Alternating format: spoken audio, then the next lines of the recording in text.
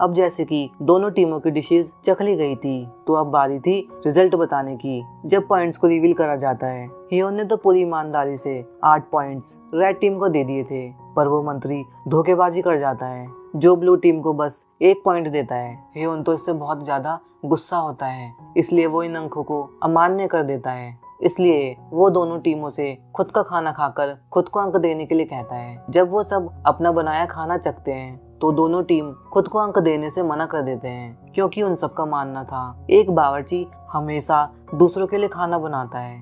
इसलिए हियोन इस राउंड को भी टाई कर देता है। अब किसी भी तरीके से ये जरूरी था कि जियोंग को अगला राउंड जीतना ही होगा। अब क्योंकि वो थक चुकी थी तो हियोन उसे अपने पास बुलाकर उससे माफी मांगता है, क्योंकि उसने बिना कुछ सोचे समझे ऐसी प्रतियोगिता के लिए हाँ कर दिया। पर जियोंग उससे कहती है वो अगला राउंड जरूर जीतेगी। अगला राउंड शुरू होता है, सब अपनी अपनी डिश बनाने में लग जाते हैं, पर जियोंग अभी भी उस आविष्कार का इंतजार कर रही थी, क्योंकि वो अभी तक कुकर का ढक्कन लेकर नहीं आया था। समय भी निकला जा रहा था, पर तभी वो आविष्कार उड़ते हुए एंट्री लेता है और जियोंग को ढक्कन दे देता है। समय पूरा होता है, दोनों टीमों का खाना बन चुका था। जब ब्लू टीम की डिश खाई जाती है तो वो उन सबको एक अलग ही दुनिया का एहसास दिलाती है, और जब रेड टीम की डिश खाई जाती है तो उनकी डिश भी उनको बड़ी अच्छी लगती है। अब कहीं दोबारा किसी के साथ पक्षपात ना हो, इसलिए हियोन उनको एक दूसरे की डिश चखकर पॉइंट्स देने के लिए कहता है। पर रेड टीम में वो तीसरा बावर्ची खाना खा ही नहीं रहा था। जियोंग को उसका रीजन पता चलता है, वो एक स्वाद को ढूंढ रहा है जो अभी तक उसे नहीं मिला, इसलिए वो कभी भी खाना टेस्ट नहीं करता था। जियोंग को सब समझ आ जाता है तो वो सारी सामग्री एक जगह मिलाकर उसको दे देती है, जिसे खाकर उसे रोना आ जाता है, क्योंकि यही स्वाद उसकी दादी बनाकर खिलाया करती थी। खैर, अब समय आता है पॉइंट्स का। जब पॉइंट्स दिखाए जाते हैं तो red team 27 points and blue team 28 points के साथ इस राउंड को जीत जाती है। पर वो चालाक मंत्री अपनी बातों से पलट जाता है और हियोन से जियोंग को ही उपहार में मांगने लगता है। मना करने पर वो धमकी देता है कि वो सेना के साथ इस देश पर हमला करेगा। हियोन को तो ये सब सुन के इतना गुस्सा आता है कि वो उसकी नाक ही तोड़ देता है। तभी वहाँ राजमाता आ जाती है, जिनको भी वो धमकी देने लगता है। पर क्योंकि राजमाता उसके राजा को जानती थी और उस राजा ने कभी भी उपहार में लड़कियों को नहीं मांगा था, जिससे उस मंत्री की सारी पोल खुल जाती है। वो तो डर के मारे माफी मांगते हुए वहां से दुम दबाकर भाग जाता है। सब कुछ ठीक होने के बाद राजमाता हियोन को बताती है कि उसका छोटा भाई उसके साथ जियोंग का बना खाना खाना चाहता है, तो वो उसके लिए मान जाता है। पर उससे पहले वो जियोंग को अपने पास बुलाकर उसका धन्यवाद करता है, क्योंकि उसकी वजह से ही आज उस मंत्री से वो सब बच गए थे। राजकुमार को खाना खिलाने के बाद वो उसे अपनी खास जगह मिलने के लिए कहता है, पर जियोंग किसी को आखिरी बार अलविदा करना चाहती थी तो वो सबसे पहले वहां जाने के लिए कहती है। हियोन पहले तो जलन के मारे मान नहीं रहा था, पर बाद में वो मान ही जाता है। पर वहीं दूसरी तरफ हम देखते हैं जियोंग को फंसाने की साजिश चल रही थी, जहां वो मोगजू राजकुमार को मारने का कहती है, जिसका सारा इल्जाम जियोंग पर आ जाएगा। सीन हियोन पर जाता है, जहां वो अपने छोटे भाई के साथ बैठ के जियोंग का बना खाना खा रहा था। खाना खिलाने के बाद जियोंग आखिरी बार उन्हीं 3 बावर्चियों से मिलने चली जाती है, जहां वो पहला बावर्ची जाते हुए उसे सावधान रहने के लिए कहता है। पहले तो जियोंग कुछ समझ नहीं पाती, पर जब वो महल वापस आती है तो उसी राजकुमार की माँ जियोंग को खींच के एक थप्पड़ मारती है। हमें पता चलता है उसका खाना खाने के बाद से ही उस राजकुमार की हालत बहुत ज्यादा खराब हो चुकी थी। उसकी माँ जियोंग को बहुत बुरी तरीके से टॉर्चर करने लगती है। जियोंग तो दर्द में बहुत बुरी तरीके से चिल्लाने लगती है। इस बार उस मोगजू ने जियोंग को फंसाने के लिए बहुत गंदी चाल चली थी। आई होप कि जब उस मोगजू की सच्चाई सामने आए तो उसे भी बद से बदतर सजा मिले। खैर, बेचारे हियोन को इन सब के बारे में कुछ पता ही नहीं था। वो तो इन सब से अनजान जियोंग का बेसब्री से इंतजार कर रहा था, और उधर सबका रो रो कर बुरा हाल हो रहा था। गियोम किसी तरह से हियोन तक ये बात पहुंचाना चाहती थी, पर इसके लिए कोई तैयार ही नहीं हो रहा था। तभी वहाँ हियोन का सेवक आता है, जिसे गियोम सब कुछ बता देती है। सीन वापिस हियोन पर जाता है, जो अपनी ही धुन में लगा हुआ था। पर तभी वहाँ उसका सेवक आता है, जो जियोंग के साथ बीता सब कुछ बताता है। हियोन तो ये सुन के बहुत ज्यादा परेशान हो जाता है। वो जल्दी से जियोंग के पास जाता है, जिसकी हालत टॉर्चर की वजह से बहुत बुरी हो चुकी थी। हियोन गुस्से में उस दरवाजे को खोलने के लिए कहता है, पर उसे पता चलता है उस दरवाजे की चाबी तो रानी अपने साथ ले गई है।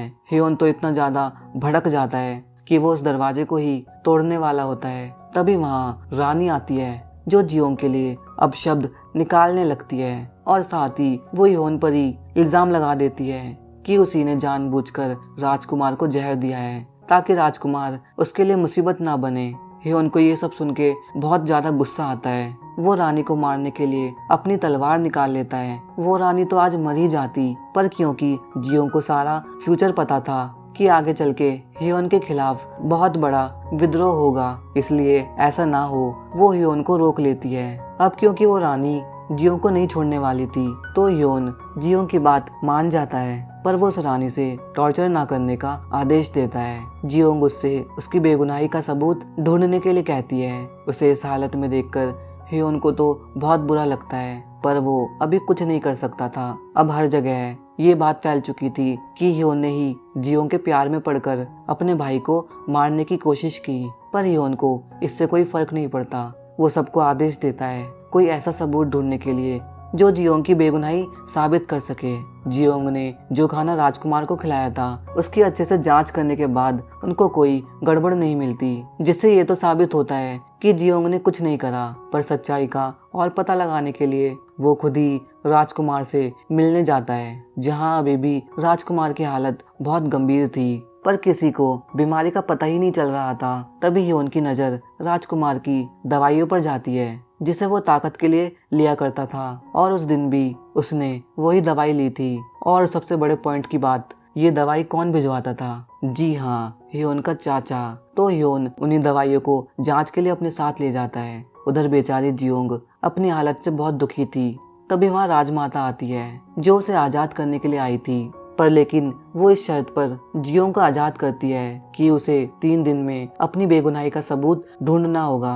अगर वो ऐसा नहीं कर पाई तो उसे अपनी ही जान लेनी होगी। आजाद होने के बाद वो सबसे पहले रसोई में जाती है, जहाँ उसे देख के हर कोई खुश हो जाता है, पर उसे वही पता चलता है हियोन ने सही से खाना नहीं खाया है। सीन हियोन पर जाता है, जो अभी भी सब चीज की जांच करने में लगा हुआ था। तभी उसे जियोंग की आवाज आती है, जो उसे खाना खाने के लिए कह रही थी, पर उसे ये सब बस भ्रम लगता है। पर जब वो आके देखता है तो सच में वहाँ जियोंग थी, जिसे देखकर वो बहुत ज्यादा खुश होता है। खुशी के मारे वो तो उसको गले से ही लगा लेता है, पर अब क्योंकि सब जगह उन दोनों के लिए अफवाह उड़ रही थी, तो जियोंग उसे दूर रहने के लिए कहती है, पर हियोन तो उसे किस ही कर लेता है और उससे कहता है, मुझे फर्क नहीं पड़ता, बस मैं तुम्हें अपने सामने देखना चाहता हूँ, मैं तुम्हें बहुत चाहने लगा हूँ। खैर, इसी खट्टी मीठी बातों के साथ जियोंग उसे सब बताती है कि उसे राजमाता ने किस शर्त पर छोड़ा है। खाना खाने के बाद वो दोनों सब कुछ जांचने में लग जाते हैं। हियोन उसी अजीब सी दवाई के बारे में बताता है जिसे राजकुमार ने ली थी, पर जियोंग तो इतनी थकी हुई थी वो तो सो ही जाती है। जब वो उठकर गियोम के पास आती है तो उसे भी वो अजीब सी दवाई को दिखाती है। गियोम को उसमें से बहुत गंदी बदबू आती है, पर उसे भी ज्यादा कुछ पता नहीं था। जियोंग जब अगले दिन शाही रसोई में जा रही थी तो उसे पता चलता है हियोन की तबीयत बहुत खराब है। वो तो इतनी परेशान हो जाती है कि बिना रुके सीधा ही उनके पास आ जाती है, जहाँ उसे पता चलता है उसे भी राजकुमार जैसे लक्षण हैं। हियोन सबको बताता है उसने उसी अजीब सी दवाई को ही खाया था। जब जियोंग भी उसी दवाई के बारे में बताती है तो वो वैद्य बताता है कि वो उड़ने वाली गिलहरी के मल से बनाई जाती है और वो औषधि के तौर पर भी इस्तेमाल की जाती है, जिससे उनको दवाई पर से शक खत्म हो जाता है। जियोंग उस दिन की सारी बातें याद करने लगती है कि राजकुमार ने क्या खाया था, पर तभी वो ऐसी जड़ी बूटी का बताती है जो उसने अपने खाने में डाली थी। तभी वो वैद्य हैरान होते हुए कहता है कि अगर उस दवाई को जिनसिंग जड़ी बूटी के साथ लिया जाए तो वो जहर बन जाती है, जिससे उन सबको यकीन हो जाता है कि किसी ने उन दवाइयों के साथ छेड़छाड़ करी है। पता लगाने पर उन्हें पता चलता है कि राजकुमार के वैद्य गायब है। तो हियोन गोंगिल से उस औरत का पता लगाने के लिए कहता है, पर हम देखते हैं उस वैद्य को मारने के लिए पहले से ही मोकजू ने अपनी सेविका भेज रखी थी। पर तभी वहाँ गोंगिल आता है, जहाँ वो उस सेविका को उसकी पिन को दिखाता है और उससे अपनी बहन की हत्या के बारे में पूछता है। पर सेविका तो उसे ही मारने के लिए चढ़ जाती है। वो उसके साथ लड़ते हुए बताती है कि उसकी बहन अपनी औकात भूल गई थी, जिससे वो हियोन के पास आने की कोशिश कर रही थी और ये सब मोगजू को बिल्कुल बर्दाश्त नहीं था, तो बस उसकी बहन को खत्म कर दिया। अब गोंगिल, जो हमेशा से यही सोचता था कि वो हियोन था जिसने उसकी बहन को मारा था, इसलिए वो उस पर हमला करता था। गोंगिल को तो ये सब सुन के इतना गुस्सा आता है, वो उसे एक मुक्का मारकर ढेर कर देता है। दूसरी तरफ हम देखते हैं उस वैद्य ने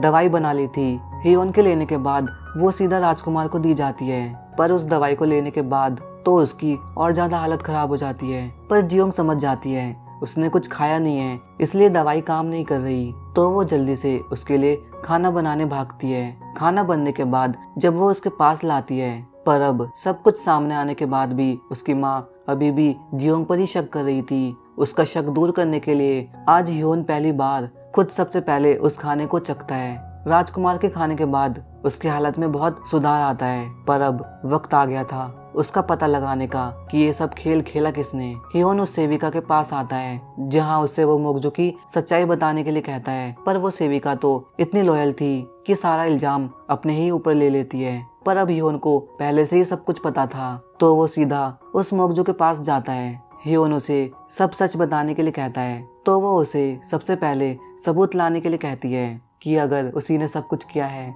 हियोन अभी तो उसे कुछ नहीं कहता, पर सच पता लगाने का वादा करके चला जाता है। पर वो मोगजू जल्दी से उस सेविका के पास जाकर उसका ऊपर का टिकट काट देती है।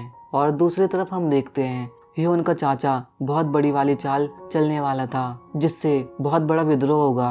वो सबको हियोन की नानी को भी दिखाता है और यही सीन जियोंग पर जाता है, जो हियोन का इंतजार कर रही थी। तभी वहाँ हियोन आता है, जो उसी छियोंगो वाली पोशाक में था। वो उसके सामने हमेशा से छियोंगो करना चाहता था, जो कि एक प्रकार का डांस है, तो वो उसे छियोंगो करके दिखाता है। और वहीं वो उससे पूछता है कि क्या सच में वो उस किताब के मिलने के बाद वहाँ से चली जाएगी। हियोन तो जियोंग से इतना अटैच हो गया था, वो उसे अपनी जीवन साथी बनाने के लिए कहता है। जियोंग अपने मन में सोचती है अगर वो वापस ना भी जाए तो यहाँ सब कुछ ठीक तो चल ही रहा है। हियोन उसे अपने हाथों से अंगूठी पहनाता है और एक प्यारी सी किस करता है। इसी किस के साथ मैं मिलूंगा अगले एपिसोड में। सब्सक्राइब करना ना भूलें। बाय।